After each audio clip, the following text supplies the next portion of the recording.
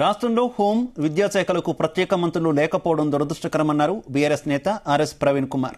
CM దగ్గరే ఈ శాఖలు ఉన్న ఆ రెండు శాఖల్లో జరగకూడని ఘటనలు జరుగుతున్నాయన్నారు. పోలీస్ స్టేషన్లో మహిళకు రక్షణ లేకపోతే ఎలా అని ప్రశ్నించారు. మెదక్లో మత కల్లోలాలు జరిగినా పోలీసులు చోద్యం చూశారన్నారు. సీఎం అసలు శాంతి భద్రతలపై రివ్యూ చేస్తున్నారా అంటూ ప్రశ్నించారు. హోంమంత్రి లేని రాష్ట్రం ఏదైనా ఉందంటే, విద్యాశాఖ మంత్రి లేని రాష్ట్రం ఏదైనా ఉందంటే అది తెలంగాణనే అని ఇలా క్లియర్గా అర్థమవుతున్నది.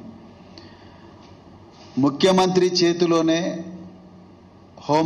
హోంశాఖ, ముఖ్యమంత్రి చేతుల్లోనే విద్యాశాఖ, ముఖ్యమంత్రి చేతుల్లోనే ఎస్సీ సంక్షేమ శాఖ, రకరకాల శాఖలు ముఖ్యమంత్రి తన గుప్పిట్లో పెట్టుకొని రాష్ట్రం పూర్తిగా అభద్రతాభావంతో బతికే విధంగా ఈరోజు తయారు చేయడం చూస్తున్నాం, మన కళ్ళతోనే చూస్తున్నాం. ఇవాళ తెలంగాణ రాష్ట్రం వల్లకాడుగా మారే ప్రమాదం ఇవాళ మన కళ్ళ ముందర స్పష్టంగా కనిపిస్తున్నది.